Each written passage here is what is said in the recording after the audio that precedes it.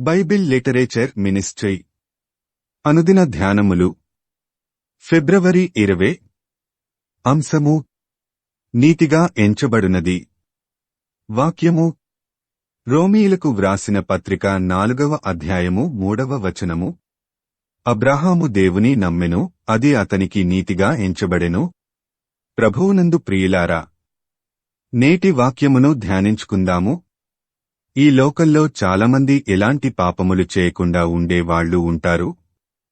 అంటే అబద్ధమాడకుండా, దొంగతనం చేయకుండా, వ్యభిచారం చేయకుండా చాలా పవిత్రంగా ఉండేవాళ్లు ఎక్కడో ఒకచోట మనకి కనబడుతుంటారు.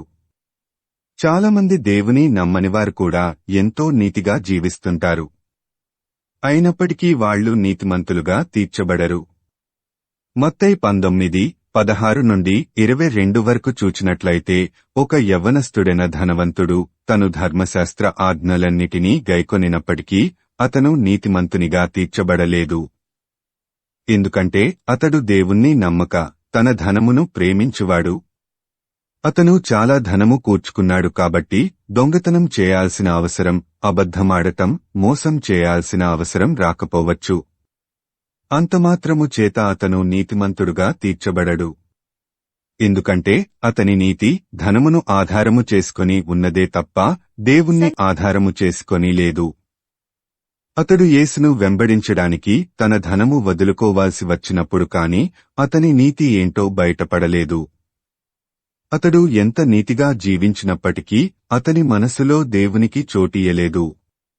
ఒకవేళ అతను దేవుణ్ణి ప్రేమించినట్లయితే అంత ధనము కూర్చుకోడు. అతడు ధనమును ప్రేమిస్తున్నందువల్ల యేసుని వెంబడించలేకపోయాడు. అతడు ధర్మశాస్త్రములోని అన్ని ఆజ్ఞలనైతే పాటించాడు కాని దేవుడు ప్రత్యేకంగా చెప్పిన నిన్నువలే నీ పొరుగువానిని ప్రేమింపవలెను అనే ఆజ్ఞను పాటించలేదు. నేటి దినములలో అనేకమంది క్రైస్తవులుగా పిలువబడుతున్నవారు ఈ ధనవంతుని పోలిన జీవితం జీవిస్తుంటారు. కేవలం మనుష్యుల ముందు తమ నీతి బహిర్గతం చేసుకోవడానికి ప్రతి కార్యము చేస్తారు. ఇలాంటివారు దేవుడు ఉన్నాడని నమ్మరు. దేవుని మీద ఆధారపడకుండా ఈ లోకానుసారంగా జీవిస్తూ, ధనమును ప్రేమిస్తూ, ఆస్తులు కూడబెట్టుకుంటూ దైవ కార్యక్రమాల్లో పాల్గొనటం ద్వారా తాము నీతిమంతులుగా గుర్తింపబడాలని కోరుకుంటారు. ఇతరుల ముందు గొప్పగా కనబడటం కోసం తాము దేవునికి ఇచ్చే చందాలు అందరికీ కనబడేలా, వినబడేలా ఉండాలని కోరుకుంటారు. వీరంతా పైకి విశ్వాసులు అని పిలువబడతారేగాని వారి క్రియలు అవిశ్వాసుల కంటే ఘోరంగా ఉంటాయి. పైకి భక్తిగలవారివలె ఉండి దాని శక్తిని ఆశ్రయించని వారుగా ఉంటారు.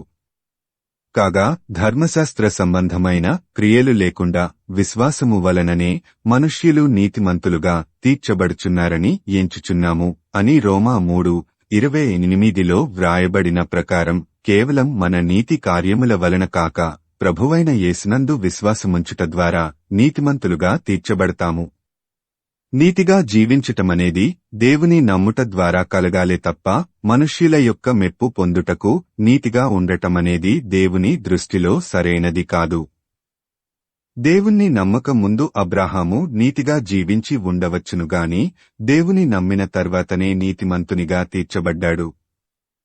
అబ్రాహాము క్రియల మూలముగా నీతిమంతుడని తీర్చబడిన ఎడల అతనికి అతిశయ కారణము కలుగునుగాని అది దేవుని ఎదుట కలుగదు. రోమా 4:2. కాబట్టి మనం దేవుని నమ్ముట ద్వారా నీతిమంతులుగా జీవిద్దాం. ప్రార్థించుకుందాము.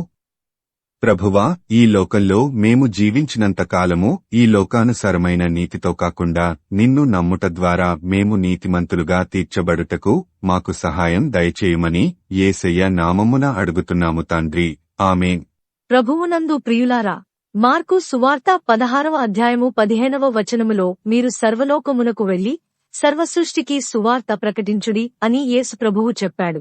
కాబట్టి సువార్తను ప్రకటించడంలో భాగంగా ఈ వాక్యమును మీ స్నేహితులు, బంధువులకు షేర్ చేయమని ప్రభువు నామమున కోరుతున్నాను. దేవుడు మిమ్మును దీవించునుగాక.